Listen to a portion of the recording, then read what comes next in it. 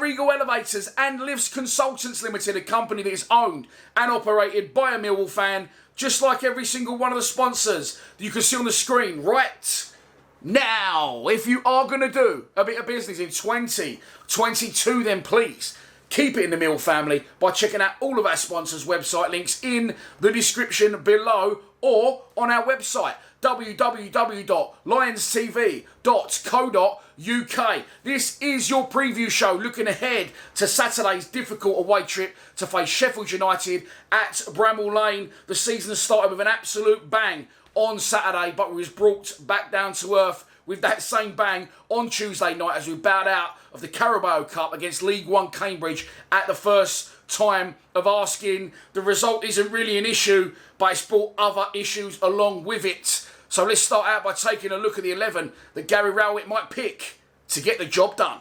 Okay, so Carabao translates in English to, as you probably know from before in one of my videos, no one gives a shit. It is the no one gives a shit cup. So the fact that we've gone out of it, I'm not fussed. I'm sure you're not either. I think Rowett did want to win the game and try and build a little bit of momentum. Bigger issues are at hand though. Let's start with some good news. Sean Hutchinson did start the game after missing the win at the weekend against Stoke. So it looks like he's back in contention to skipper the side at Bramall Lane. However, Tom Bradshaw went off injured. Isaac Alafe replaced him. Isaac Alafe then went off later in the game and was replaced by Jake Cooper. Ryan Leonard got a head injury. I'm sure he'll be fine, if not a little bit woozy. But the worst news to take from last night is George Honeyman sent off. A booking in either half means he will miss the trip to face Sheffield United on Saturday. I'm not really sure why Rowett started 5 of the 11 that started against Stoke. I would have rested some of those. I would have brought in some fringe players to try and get these youngsters up to speed and a bit closer to the level that some of the regular first teamers are at. But as I've already said, hindsight is a wonderful thing,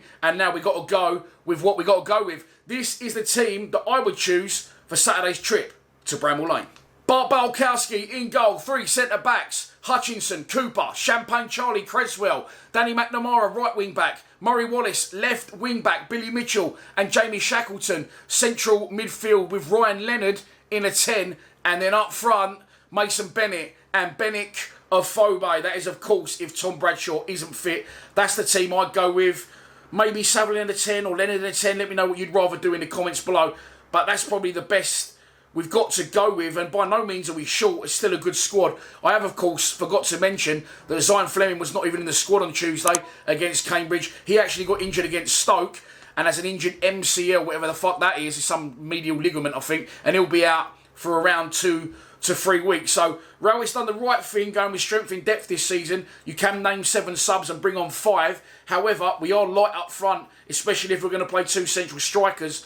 And on that basis, I'll be in the transfer market this week, definitely. I'm actually surprised we haven't gone in for anyone. There is someone in the pipeline I'm hearing, but after the Ollie Burke saga, I'm going to leave that one alone and let someone else go with the story first. So that's the team that I would go with. It's still a good side, still capable of a result. And let's move on to the opposition.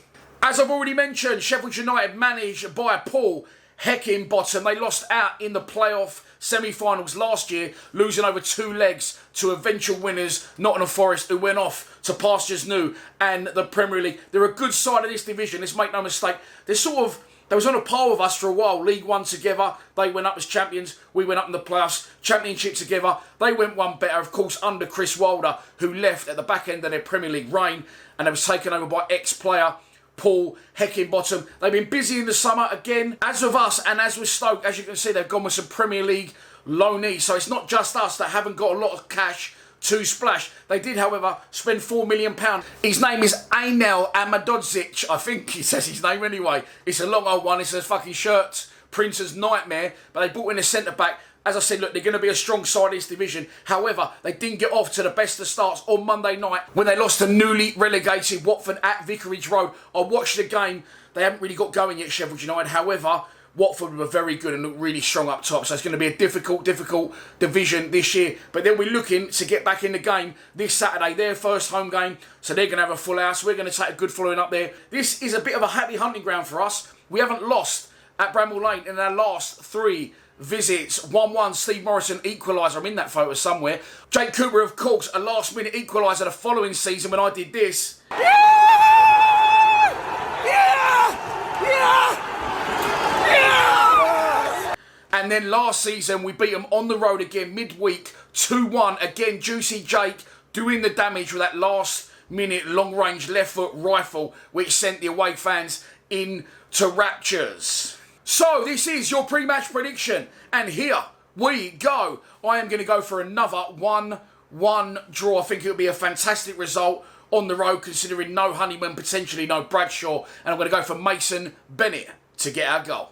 And that's your lot for this preview show. I hope that you have enjoyed it. I may well bring back away days on Saturday. It's been a long, long time. The O'Maras are still away on holiday. I'm looking to get as much content out as possible. The channel's flying, by the way. Really, really appreciate your support. If you haven't already, please subscribe, because we are on the way to 19,000 at a rate of absolute knots. But yeah, look, I'll be travelling to Bramall Lane on Saturday. So all that's left for me to say is, I'll see you in Sheffield if you're going.